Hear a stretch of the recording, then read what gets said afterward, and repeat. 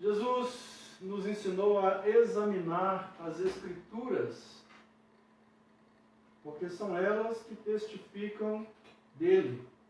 E hoje, mais uma vez, vamos examinar as Escrituras. Também a palavra diz que o meu povo perece por falta de conhecimento. O meu povo perece por falta de conhecimento. E mais, diz a palavra de Deus, o próprio Senhor Jesus diz: errais porque não conheceis as Escrituras e nem o poder de Deus. Então vamos conhecer um pouquinho mais da Escritura Sagrada. No domingo passado eu fiz uma introdução longa falando sobre essa questão aí da espiritualidade. Eu disse, só para puxar um gancho, quem quiser aprofundar mais, deve ver essa palestra, né, a integralidade da nova vida, que já está no YouTube. Também tem ela aqui no Facebook, na minha página do Facebook. Porém, lá no YouTube a gente edita, né, então fica só o estudo bíblico mesmo, a parte do louvor, de outros avisos, a gente tira. Eu fiz uma introdução dizendo que o cristianismo latino-americano, por causa da influência romana, ele traz uma forte parcela de formação gnóstica. O cristianismo que veio pela via romana traz uma forte formação gnóstica. O cristianismo que veio via reforma, ele está bem menos sobrecarregado dessa parcela gnóstica. Pois bem, em que sentido eu estou falando que o cristianismo que nós herdamos, nascemos, quase todos nós, fomos formados nele, que ele traz uma forte influência gnóstica? Naquele sentido de dualizar a vida ou criar vidas no sentido dicotômico, né? Então, vida material, vida espiritual, essa questão essa dicotomia com respeito à espiritualidade, à materialidade, com respeito a lugares santos e sagrados, lugares imundos, lugares seculares, vida secular, vida religiosa, essas divisões que se fazem, como se você tivesse condições de ter uma vida tal, uma vida A e uma vida B, uma vida espiritual, uma vida material. O texto básico que nós estamos utilizando para essa lição, ele se encontra em 1 Coríntios 2, de 14 a 16. Eu faço questão de ler esse texto novamente. 1 Coríntios 2, de 14 a 16, que diz assim: ora, o homem natural não aceita as coisas do Espírito de Deus, porque eles são loucura, e não pode entendê-las, porque elas se discernem espiritualmente. Porém, o homem espiritual julga todas as coisas, mas ele mesmo não é julgado por ninguém. Pois quem conheceu a mente do Senhor que o possa instruir? Nós, porém, temos a mente de Cristo. Vamos voltar aqui então. Paulo está falando de um homem que no grego aparece antropos psíquicos, foi traduzido por homem natural. E antropos pneumáticos foi traduzido por homem espiritual. Ele está dizendo aqui que o homem psíquicos aquele homem que a espiritualidade dele, ela se desenvolve mais em termos do psíquico, da emocionalidade, dos sentimentos, da questão da sensorialidade e outros aspectos psíquicos, né? No sentido mental, que esse tipo de espiritualidade ele não consegue aprofundar e perscrutar as coisas de Deus, nem ter acesso a Deus. Paulo está falando, então, Paulo chama de homem psíquico, o homem psíquico e o homem espiritual. Eu falei no domingo de manhã sobre o homem psíquico, o homem natural, o homem terreno, o homem do tempo, o homem filho de Adão, o homem que teve a sua comunhão com Deus interrompida, portanto, espiritualmente morto, desligado, alienado. Veja bem, quando eu digo que espiritualmente morto, eu não estou dizendo que esse homem não tenha a sua constituição espiritual, não estou dizendo. Eu estou dizendo que ele está desligado. Como nós já gastamos, né, no domingo muito tempo só para falar sobre esse homem natural, eu não vou aprofundar. Quem tiver interessado aí em aprofundar sobre o homem psíquico, né, como é que ele é, o que ele é, a Bíblia diz que ele não entende as coisas do Espírito, e aqui está dizendo também que ele não consegue discernir nem entendê-las, porque essas coisas se discernem espiritualmente. E ele não tem essa ligação espiritual com Deus. Ele ainda está na esfera da morte. Então a espiritualidade dele, ela é meio que ela se expressa dentro da sua esfera psíquica, psicológica. Pois bem, o homem pneumático é o assunto de hoje. Hoje nós vamos falar sobre o homem pneumático. De cara nós vamos falar que antes dele ser pneumático ou espiritual, ele é homem. Então a expressão no grego que Paulo usa é antropos pneumáticos, antropos psíquicos, para o homem psíquico, o homem psicológico, e antropos pneumáticos, o homem espiritual. Então antes dele ser pneumático ou psíquico, natural ou espiritual, ele é homem. Então antropo, ele é humano, né? Então Paulo não está se referindo aqui a nenhum conceito gnóstico de espiritual como algo invisível, como algo do mundo das almas, como algo que é contrário ao material, essa dicotomia, né? O material mensurável, aquilo que é visto, sentido. Não, o espiritual na Bíblia não tem esse sentido que o gnosticismo introjetou e que é forte. Essa divisão espiritual, material. Eu cheguei a falar naquela introdução do domingo que há pessoas assim que têm essa formação tão grande que elas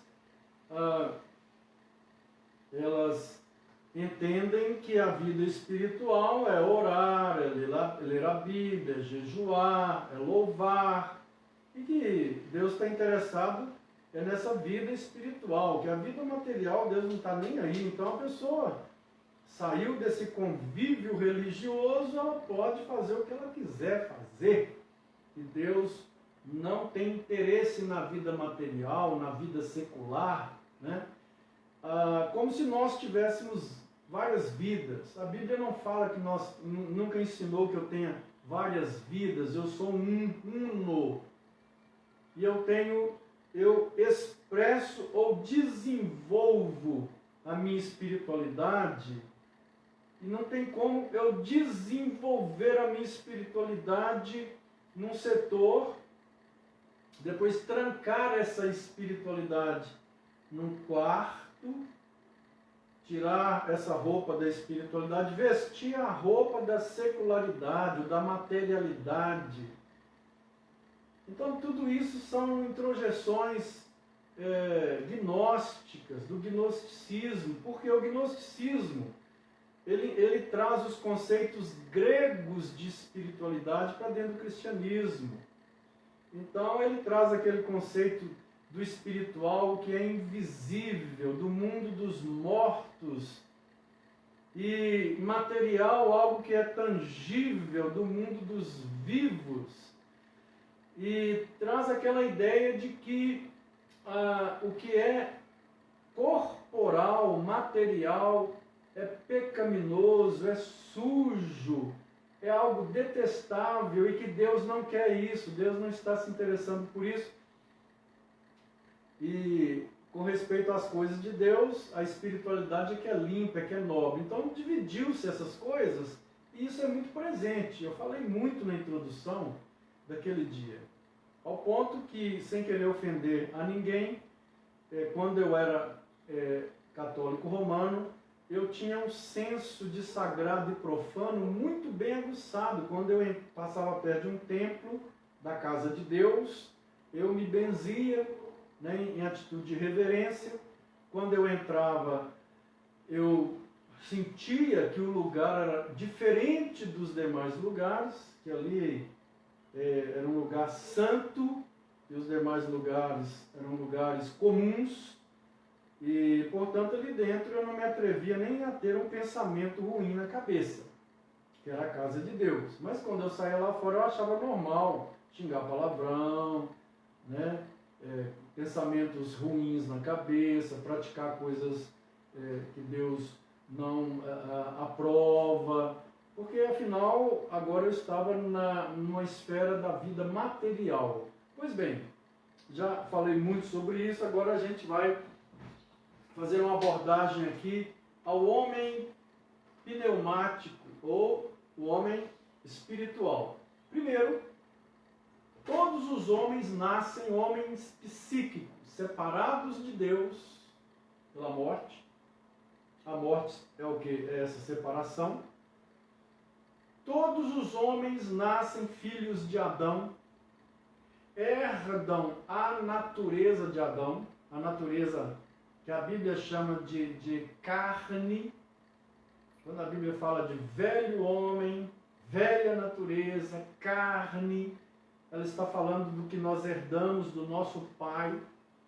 Essa natureza, nós vimos que ela é uma natureza que foi completamente corrompida em todas as suas faculdades, em todas as suas áreas da personalidade. Essa natureza foi corrompida. Vimos também que é uma natureza inimiga de Deus. Ela é inimiga, ela não quer Deus. Muito embora a pessoa possa até com a mente pensar, eu preciso de Deus, eu preciso buscar a Deus, mas há uma luta interior porque há algo que o repele de Deus. Então ele começa a ver as coisas de Deus como coisas pesadas, como coisas difíceis, caminho difícil. Não é porque o caminho de Deus é difícil. Pergunta para um anjo se o caminho de Deus é difícil. Pergunta para um anjo celestial, se a gente pudesse, né? Se o andar no caminho do Senhor é difícil. Se é prazeroso ou não andar no caminho do Senhor. Se tem que fazer força para andar ou não no caminho do Senhor. Ele nos diria claramente, é a coisa mais prazerosa. É a razão de viver. Mas os homens, por causa dessa natureza, é difícil. Porque é uma natureza repelente, ela repele, é uma natureza inimiga de Deus, não pode agradar a Deus, é uma natureza que não quer Deus, que erra sempre, se extravia sempre. Olha, se há alguma coisa boa no ser humano, aí é porque o Espírito Santo atua. Mas há ocasiões na história da humanidade que os homens vão rejeitando tanta graça de Deus, que lhes foi dada através do ensino do pai, da mãe, da igreja, da escola, dos mais velhos, e há gerações que vão deixando tanto isso para trás, que vão se depravando tanto, que eles se tornam pessoas que Os demônios têm vergonha. Têm vergonha delas. Porque essa é a natureza. Quanto mais ela se afasta de Deus para as trevas, mais ela vai se mostrando quem ela é. Porque enquanto ela, mesmo no sentido natural, mesmo estando separada, mortos, ainda há uma influência do Espírito Santo na vida dessas pessoas, guardando, protegendo, usando a educação, usando a consciência, usando as convenções, para que essa pessoa se afaste do mal. Mas quando essa pessoa vai passando por cima da consciência, julgando os valores que aprendeu fora, os princípios, vai surgindo uma coisa ali, que eu nem vou chamar de animal, seria uma ofensa aos animais, nem vou chamar de demônio, talvez seja até uma ofensa aos demônios, mas vai surgindo essa coisa, esse monstrengo, essa monstruosidade que é capaz de matar as pessoas para vender órgãos, é capaz de estuprar bebês, é capaz de fazer o diabo, quer dizer, o diabo não, que até uma maneira irônica de falar aqui, que o diabo teria vergonha dessas coisas, mas um ser assim que você fica, meu Deus, do que o homem é capaz. Quando você estuda, por exemplo, a história do nazismo, você se pergunta como aqueles homens que eram bons pais de famílias, homens que frequentavam igrejas, homens que não tinham nenhum relacionamento com a política do país, como que eles se transformaram, se tornaram aquelas coisas? É muito simples de entender isso. A mente vai se transformando, vai passando por um processo de recusa e rejeição à operação do Espírito Santo, que ainda usa a consciência, ainda usa o temor, ainda usa as convenções, usa a família. E essas pessoas vão fazendo coisas que são coisas terríveis. O homem espiritual é um homem, para ser espiritual, não significa que é um homem espirituoso, religioso, nada disso, tá certo? Existem duas categorias de humanos. O natural, que continua do jeito que ele nasceu, filho de Adão, com essa natureza de Adão, sob a influência do Espírito Santo para ele não se tornar uma coisa, mas ele não entende as coisas do Espírito Santo, não aceita também, acha que é fanatismo e traz essa natureza, esse espinheiro que a qualquer momento pode esparramar para todo lado, essa natureza de Adão. No momento em que o Espírito Santo opera na vida dessa pessoa e ela se entrega a Cristo como Senhor e Salvador, se entrega no sentido de conversão, arrependimento, mudança de vida, mudança de estilo, de aceitar a graça de Cristo na vida dela, no momento em que ela se converte a Cristo, se submete a Cristo, essa pessoa então sofre uma operação do Espírito Santo que se chama regeneração. Essa pessoa sofre uma regeneração, ela nasce de novo. O que estava desligado de Deus, que é o seu âmbito espiritual, ou o seu espírito que estava desligado de Deus, agora ele é religado, ele é vivificado, ele é ressuscitado, ele recebe vida nova.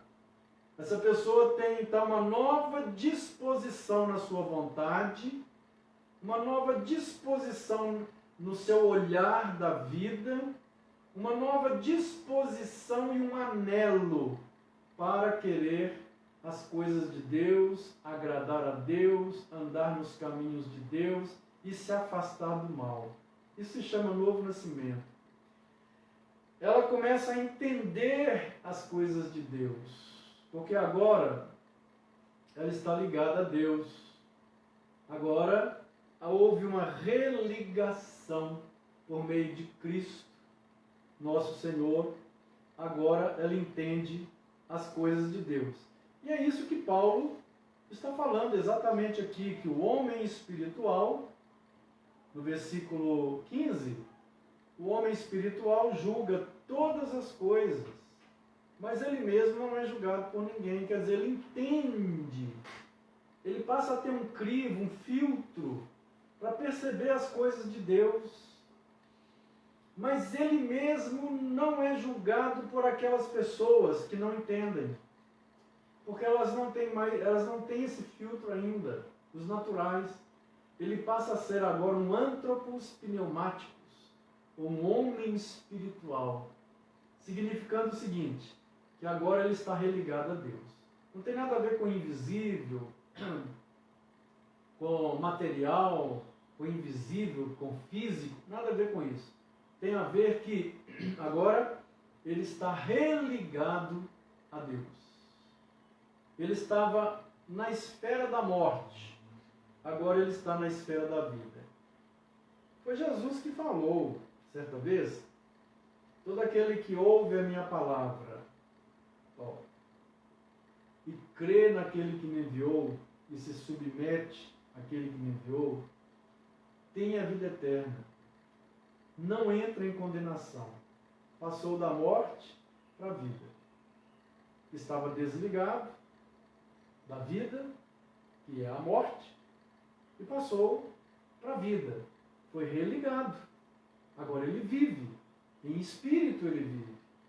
Agora ele tem comunhão com Deus verdadeira. Agora ele tem comunhão com o Espírito Santo. Ele tem comunhão com o Filho. Agora ele entende a palavra de Deus. A palavra de Deus agora não lhe parece loucura nem fanatismo. Ao contrário, parece mel. A palavra parece alimento, o mais saboroso possível. O anelo do coração dessa pessoa é por amar a Deus, fazer a vontade de Deus. O seu primeiro interesse da vida dele é que Deus seja glorificado e que a verdade de Deus seja conhecida, a salvação de Deus seja conhecida.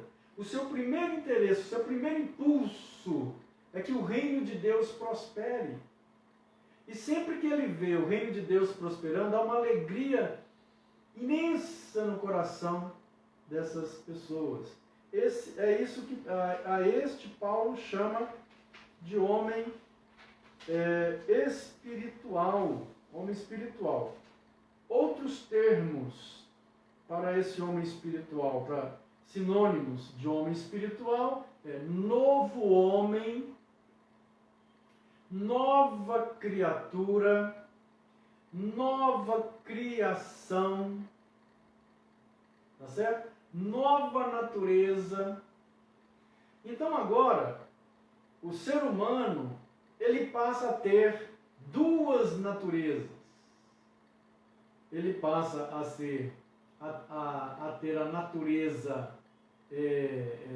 adâmica ainda, e ele passa a ter essa natureza nova. Mas o seu espírito está religado, o que gera uma nova natureza dentro do velho. Mas ele ainda tem a velha natureza, que a Bíblia chama de carne. E a nova natureza, aquela que quer fazer a vontade de Deus, aquela que anela pelo Senhor, essa a Bíblia chama de espírito. Olha que interessante, carne e espírito. Carne e espírito. Então a Bíblia fala para andar no espírito, porque não vai satisfazer as concupiscências da carne. A carne só quer coisa errada. Para o apóstolo Paulo, carne não é corpo. Tá certo? Carne é a natureza. Veja bem, é como se nós fôssemos um computador. É como se fosse possível colocar dois softwares nesse computador. Sendo que o primeiro software foi corrompido por vírus. Então aquele software, ele começa a fazer coisas ali que são perigosas, que não tem nada a ver com o software original. Tipo aqueles filmes de ficção científica, né, que a máquina toma consciência, começa a fazer o mal, a querer destruir o ser humano. Esse é o software estragado, que nós herdamos por nascimento de Adão. O Espírito Santo vem então e coloca um novo software dentro de nós. Nós temos então 2 sistemas operacionais. Agora, é como se lá dentro do HD fizesse uma partição para um sistema operacional velho, que já existia, agora faz para um novo. 2 sistemas operacionais. Se eu estou ligado no novo sistema, o fruto que vai sair da minha vida é do novo sistema. Mas se eu estou na partição do velho sistema e andando ali, o que vai sair da minha vida é coisa do velho homem, do velho sistema. Nós temos 2 naturezas. Podemos comparar também essas 2 naturezas a 2 cachorros. Sendo que um cachorro representa a velha natureza que herdamos de Adão. E o outro cachorro representa, vamos dizer que um cachorro amarelo representa a velha natureza e um branco representa a nova natureza. Se você alimentar o cachorro amarelo e não alimentar o branco, quer dizer, se der ocasião à carne, tudo que você deseja, pensamento que você vai fazendo, então o cachorro amarelo vai se fortalecendo e vai te puxar. O branco não vai ter força para te puxar, porque você está alimentando a carne. Você está dando alimento para a velha natureza. Você está seguindo as concupiscências, os desejos. Olha, tudo da velha natureza é ruim e mal. Vai contra Deus. Mas se você alimenta a nova natureza e não alimenta a velha, quer dizer, você deixa que o Espírito Santo vai te impulsionando para as coisas limpas, santas, boas, honestas, puras, verdadeiras, íntegras. Então, você vai tomando uma consistência interior, o seu novo homem vai fortalecendo e o velho vai enfraquecendo. Então, toda vez que acontece isso, a pessoa vai ficar se parecendo com Cristo. Mas toda vez que o velho é alimentado, a pessoa vai se parecer com o demônio ou com Adão, o Adão caído, a natureza caída. Portanto, o homem espiritual é aquele ser humano que continua tendo o mesmo nome, o mesmo rosto, o mesmo corpo, a mesma casa, a mesma voz, a mesma família, a mesma genética, mas agora ele está ligado a Deus. Ele é um homem espiritual. Ele tem vida verdadeira, vida eterna, vida de Deus, vida celestial. Notem que não tem nada a ver com invisível e material, com coisa de espírito e coisa de corpo. Não tem nada a ver com isso. Vamos ver então agora, aqui, alguns textos bíblicos, né, que mostram essa vida nova, ou esse espírito religado pelo novo nascimento. O primeiro texto é 2 Coríntios 5,17. 2 aos Coríntios, segunda carta de Paulo aos Coríntios, capítulo 5, versículo 17, que diz: E assim, se alguém está em Cristo, é nova criatura. As coisas antigas já passaram, eis que se fizeram novas. Se alguém está em Cristo, é nova criação. Outra tradução que pode ser dada para a palavra. É nova criação. Quer dizer, Deus nos cria de novo. É o novo nascimento. É a regeneração que Jesus fala em João 3:3. Portanto, se alguém é de Cristo, está em Cristo, é uma nova criatura. As coisas antigas já passaram. A vida pregressa foi apagada diante de Deus. Os pecados foram lavados, perdoados. Agora é uma nova vida com Cristo, daqui para frente. Outro texto interessante deixa eu ver aqui, Efésios 4:24. A respeito do novo homem, né?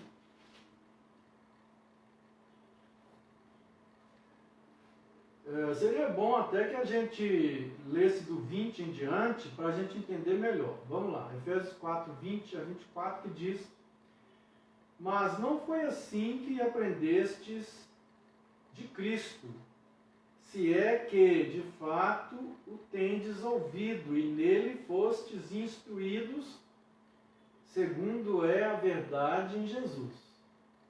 No sentido de que, quanto ao trato passado, vos despojeis do velho homem, que se corrompe segundo a concupiscência do engano. Então Paulo está falando, se você é de Jesus, livre-se do velho homem, das práticas antigas. Se você mentia, se você dava um calote, se você era falso, hipócrita, traidor, se você traía a sua esposa, se você furtava, se você adulterava, prostituía, roubava. Isso é coisa do velho homem, da velha natureza. Então Paulo está falando, se você é de Cristo, que você venha se despir, como se isso fosse roupas velhas e sujas. Tire essas roupas, abandone essas práticas. E ele continua falando, né, aqui no versículo 23, e vos renoveis no espírito do vosso entendimento, e vos renoveis no espírito do vosso entendimento, e vos revistais do novo homem, criado segundo Deus, em justiça e retidão procedentes da verdade. Então, tira o velho homem, abandone essas práticas, se você é de Cristo. Se você diz que crê em Cristo, não combina ser de Cristo e ficar praticando essas coisas. Então, a boca está falando uma coisa, a prática está fazendo outra, né? Se você de fato é de Cristo, diz o apóstolo Paulo, se já é uma nova criatura, se já é um homem espiritual, se já é um homem, um antropos pneumatos, né? Então você deve se revestir do novo homem. Esse novo homem que Deus criou, que o anelo dele é o mesmo anelo dos anjos.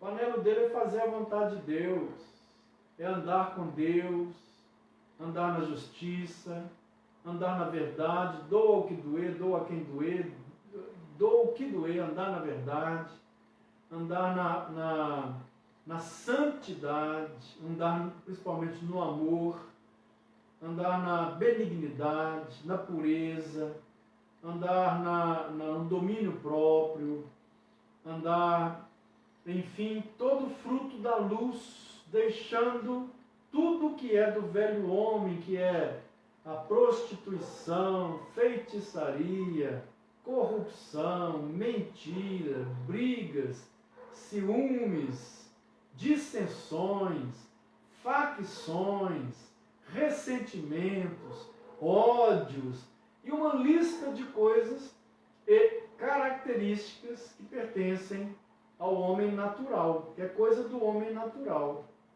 O homem espiritual, quer dizer, aquele que está ligado pelo novo nascimento a Deus, ele tem que se despir de tudo que é do velho homem e revestir do novo homem, quer dizer, adotar práticas segundo o anelo do novo homem.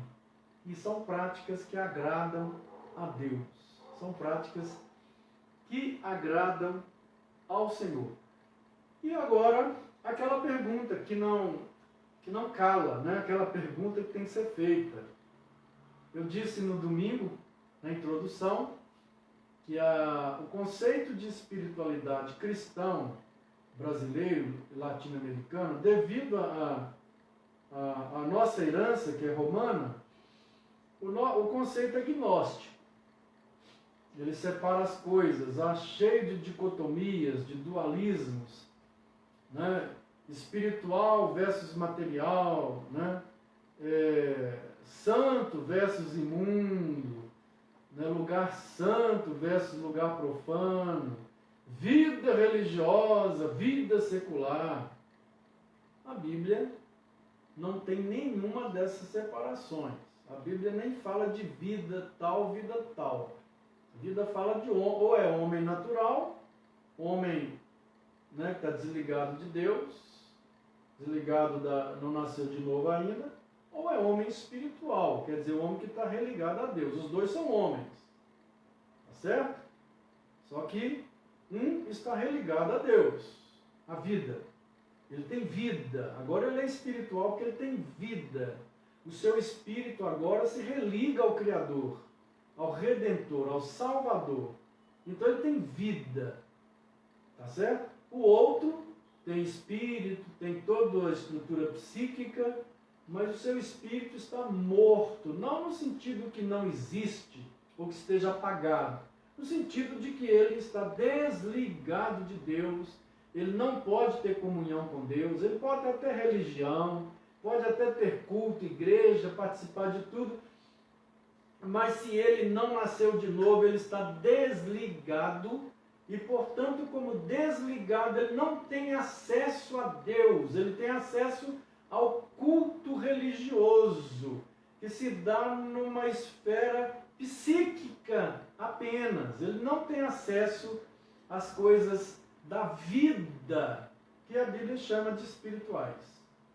Ele não tem acesso. Ele pode até ter acesso à espiritualidade, outros tipos de espiritualidades ou espíritos que estão desligados de Deus também, que são demônios, são anjos caídos, que enganam, que promovem o engano, que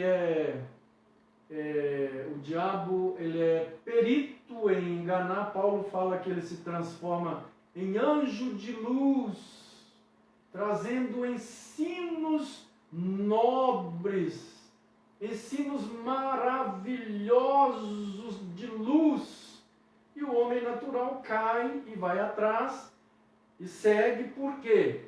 Porque ele não consegue discernir o que é de Deus e o que não é de Deus.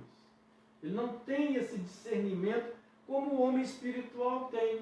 O homem espiritual, ele discerne. Olha, aquilo ali, o ensinamento é lindo, mas não é de Deus. Aquilo ali é extraordinariamente bom, no sentido de bonito à primeira vista, à primeira aparência, mas não é de Deus. Não é a verdade de Deus. Portanto, a pergunta é essa. O homem espiritual, ele é espiritual exatamente em qual setor da vida dele? Essa é a pergunta. O homem espiritual, o antropos, pneumáticos, ele é espiritual em qual setor da vida dele? No setor religioso? No setor da sexualidade? No setor econômico, político? No segmento acadêmico? No segmento lúdico? No segmento social, no sentido de que ele não vive sozinho? No segmento antropológico? No segmento cultural? Qual segmento? Racional? Em qual segmento ele deve exercer essa espiritualidade nova existe? Olha, notem bem, vocês viram o tanto de erro que eu cometi aqui, né? A gente costuma dividir a existência humana em vários departamentos, né? É como se, por exemplo, eu cheguei lá na minha empresa, eu deixei de ser um homem emocional e agora eu vou ser um homem econômico. Aí eu saí da empresa, estou lá no estádio, vou lá jogar bola, eu deixei de ser um ser espiritual e eu vou ser um ser lúdico. Aí agora eu cheguei em casa, tomei banho, minha esposa está me esperando na cama, eu deixei de ser um homem racional para ser um homem sexual. Não é assim que se divide as coisas? Tem gente que chega ao ponto de falar, ó, entrou aqui na empresa, deixa o homem espiritual, as emoções, tudo lá fora. Aqui dentro tem que ser racionalidade. Tem como fazer isso? Eu tenho como deixar de ser espiritual em qualquer segmento da minha vida? Nunca. Talvez o que eu tenha, a dificuldade que eu tenha, o que eu possa fazer é direcionar. Eu tenho como deixar de ser racional em momentos de ato conjugal? De ser espiritual em momentos de ato conjugal? Ou de ser psíquico, emocional em momentos de ato conjugal? Não tenho. Talvez eu tenha como direcionar atividades. Eu tenho como direcionar atividades. Mas a questão da sexualidade, a questão da espiritualidade, a questão da racionalidade, da emocionalidade, da sociabilidade e outros apanágios que são da personalidade humana, tem como agora eu vou sair dessa porta, trancar, fica aí. Deixa eu tirar de mim aqui e pôr na gaveta ali espiritualidade. A espiritualidade é só na igreja. A racionalidade é só lá na empresa e na escola. A questão lúdica é só ali no campo de futebol. Eu sei que existem atividades que são mais congêneres com certas faculdades que nós temos. Por exemplo, eu estou num campo de futebol, ou eu estou num clube, eu estou ali para brincar, é um momento lúdico, as minhas atividades vão ser mais lúdicas. Eu estou, por exemplo, participando de um culto, agora eu estou mais compenetrado, agora eu estou mais voltado para esse tipo de atividade. Isso eu tenho como fazer. Mas, quando se diz que eu sou um homem espiritual, não está dizendo, não está falando de atividades, está falando de uma característica da minha humanidade, que eu estou ligado a Deus. Olha, eu estou ligado a Deus lá no futebol, eu estou ligado a Deus lá no trabalho, na cama, no chuveiro, eu estou ligado a Deus no trabalho, porque a vida, ela toma um outro significado quando alguém nasce de novo.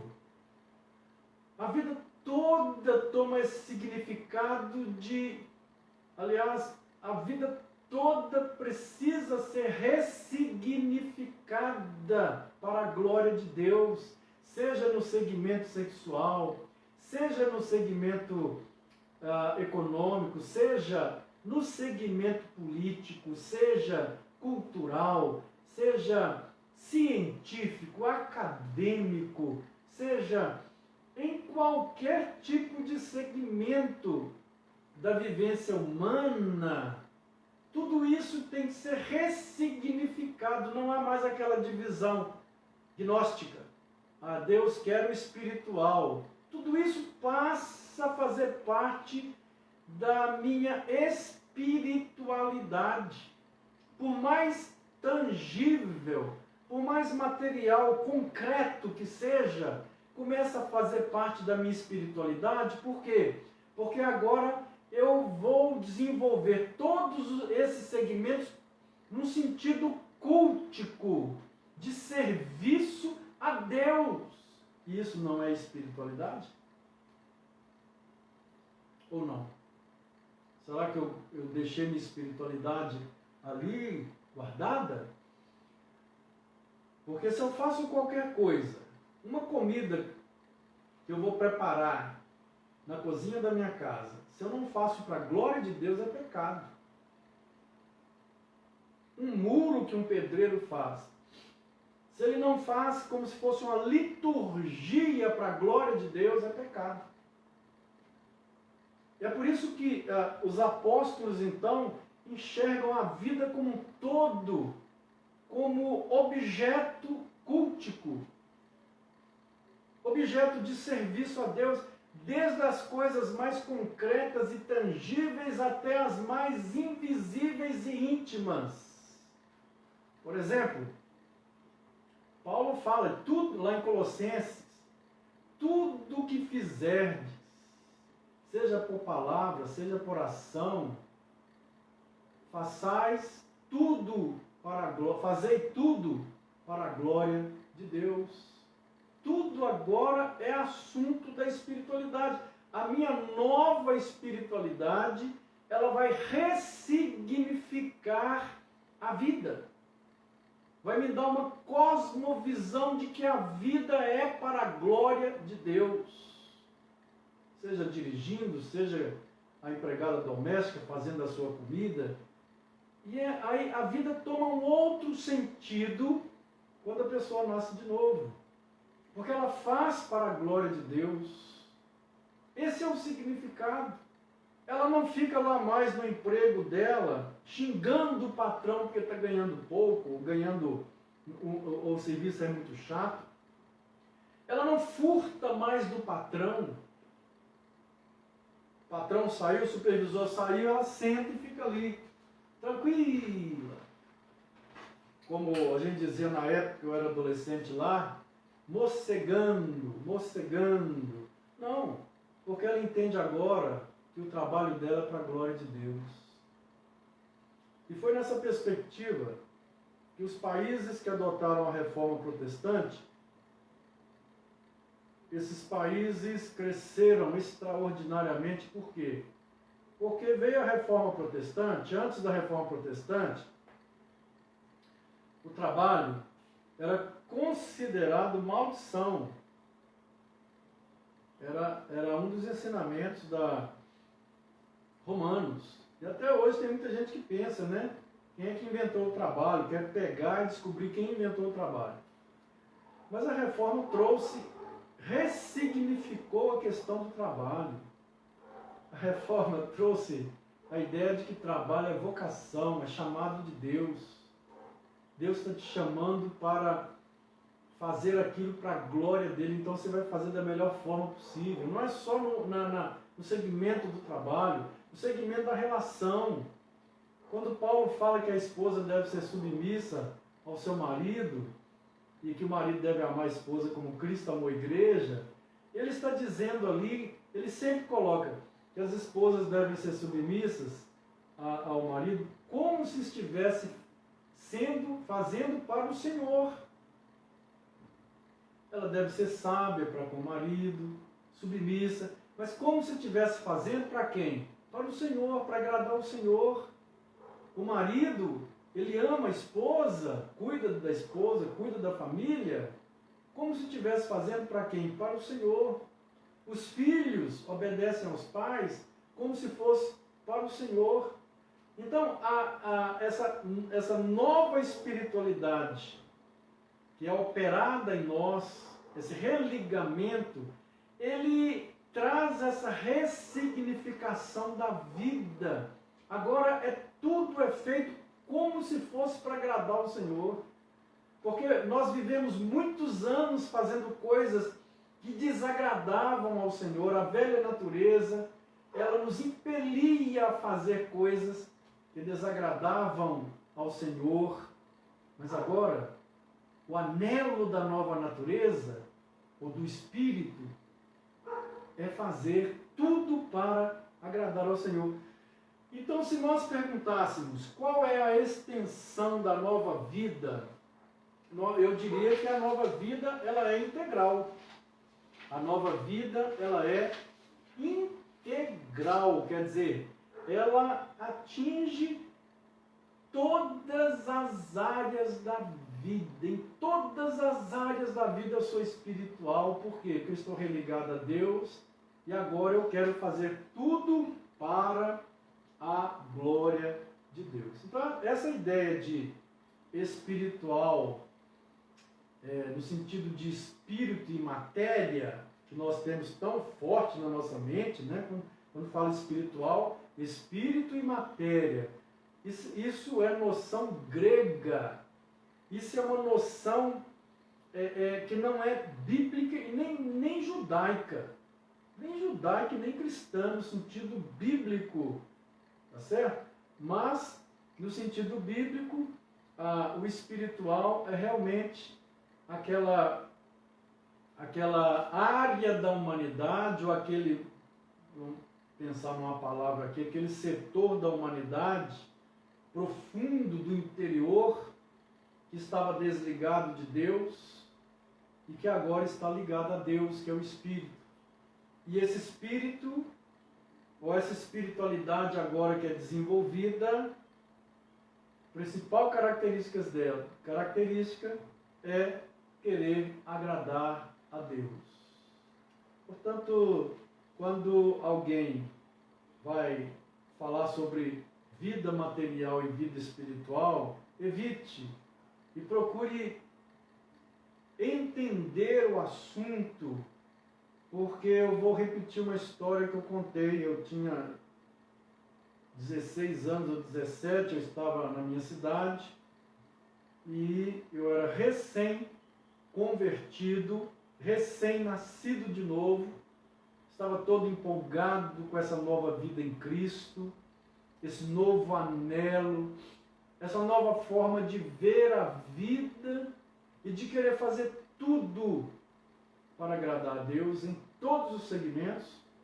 E isso é a verdadeira espiritualidade. E ali, num grupo de amigos lá da infância, eu estava na minha cidade passeando, eu contei isso lá no domingo e eu acho pertinente contar de novo.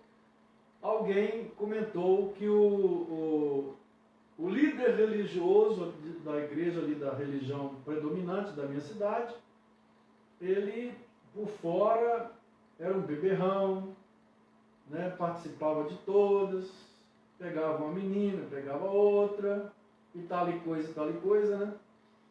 E alguém entrou com essa formação muito clássica de separar material de espiritual, né?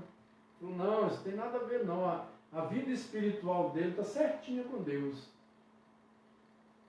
Ele desenvolve o serviço litúrgico dele, faz certinho, cumpre as obrigações dele.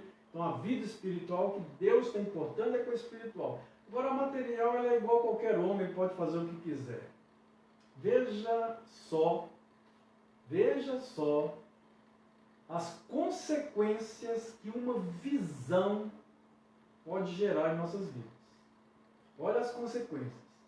Olha os desastres que um tipo de visão de vida, cosmovisão, pode gerar em nossa moral, em nosso comportamento, em nossas atitudes, em nossos relacionamentos e por aí vai. Quando nós entendemos que é integral, é totalizante, não tem essa história de vida material e espiritual, mas tem sim um homem religado a Deus renascido, e isso gera uma mudança em todos os âmbitos da personalidade humana, porque essa espiritualidade é ela que tem que dirigir todos os âmbitos da humanidade. O âmbito racional, o âmbito emocional, o âmbito relacional, social, político, econômico, sexual, e todos os âmbitos que você, os segmentos da personalidade ou da humanidade que você conseguir descobrir. Tá certo? É a espiritualidade. O homem natural, como ele não tem esse religamento, quem é que dirige os âmbitos da vida dele? Também é um espírito. Se o homem espiritual é o céu que dirige, é o Espírito Santo.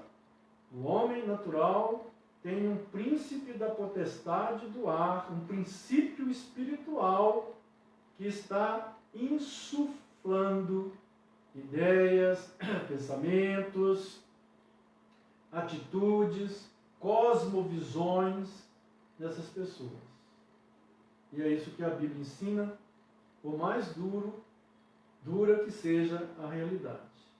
Se a pessoa não nascer de novo, ela continua desligada até o momento que o corpo mortal, não suportar viver mais, ela fica desligada, debaixo dessa maldição eternamente.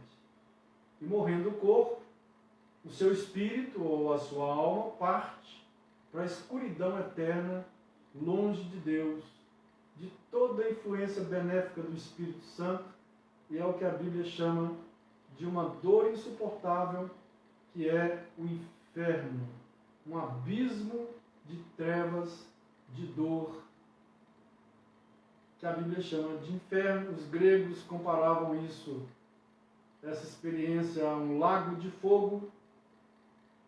Os judeus comparavam essa experiência a uma sepultura onde o corpo é comido por vermes e os vermes nunca param de ferroar. E assim cada povo criou um tipo de situação conhecida que traz em si a ideia de muita dor para denominar esse estado do espírito após a morte. Já aqueles que estão religados, que o Evangelho chegou e eles aceitaram o Evangelho em suas vidas, se submeteram a Jesus como Senhor e Salvador, nasceram de novo, eles estão ligados. Então não há morte de corpo que os possa desligar de Deus eternamente, nunca mais. E é isso que Jesus está falando. Lá em João, se não me engano, capítulo 8, quando ele diz, capítulo 10, quando ele diz: as minhas ovelhas ouvem a minha voz, e eu lhes dou a vida eterna, e ninguém as tirará das minhas mãos. Ninguém as arrebatará das minhas mãos eternamente. É o que Paulo fala lá em Romanos capítulo 8, chegando naquela sessão lá: quem pode nos separar do amor de Deus em Cristo Jesus? E ele cita lá uma lista interminável de coisas. Nada, nem morte, nem vida, nem altura, nem profundidade, nem anjos, nem demônios, nem principados, nem sofrimento, nem tribulação, nem nós mesmos, porque estamos ligados. Nosso espírito passou do âmbito da morte para a vida, agora nós estamos religados por sua graça, ancorados. Então o corpo pode falir e cair na sepultura, mas o espírito está com Cristo, guardado com Cristo eternamente, até o dia em que o corpo será levantado da sepultura e o espírito e a humanidade será integral novamente, integral, incorruptível e eterna. E assim a gente chega ao final dessa fala tão descontraída, desse estudo, desejando que você tenha entendido, porque isso, se entender isso, sua vida vai mudar completamente. Eu desejo a todos uma noite abençoada na presença do Senhor. Ah, bom, peraí. Amanhã estaremos no nosso café com oração, 7h30 da manhã. Mas quem nessa quarentena aí está aproveitando para dormir até 8 horas da manhã, você pode assistir depois lá no Facebook, tá bom? Na minha página lá, no meu perfil, você pode assistir então Café com Oração. Todo dia, de segunda a sexta-feira, 7h30 da manhã, eu estou ali tomando um café delicioso e meditando, refletindo com as pessoas sobre um texto de ânimo, de consolação, de coragem da palavra de Deus.